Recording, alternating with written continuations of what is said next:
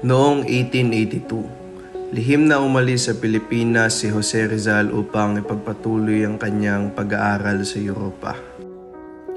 Mahirap iwan ang aking pamilya at ang aking bayan, ngunit kailangan kong maglakbay upang matuto at ipaglaban ang karapatan ng mga Pilipino. Sa kanyang puso, dala niya ang pangarap na makita ang isang mas malayang Pilipinas. Pagdating sa Madrid, nagsimula mag-aral si Rizal sa Universidad Central de Madrid. Napakaraming bagay ang maaaring kong matutunan dito. Kung magtatagumpay ako sa aking pag-aaral, magagamit ko ito upang makatulong sa aking mga kababayan. Dito niya nakita ang malaking pagkakaiba ng kalayaan sa Europa at ng kalagayan ng Pilipinas.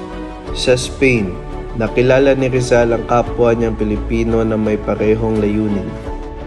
Dr. Rizal, kailangan nating ipakita sa mundo ang tunay na kalagayan ng ating bansa.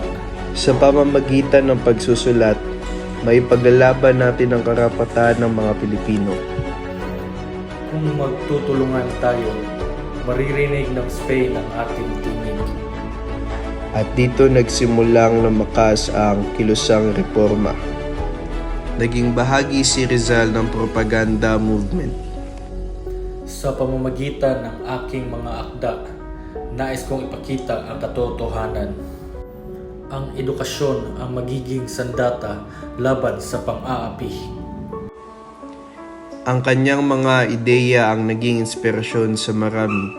Habang lumilipas ang mga taon, patuloy na lumawak ang kanyang pananaw.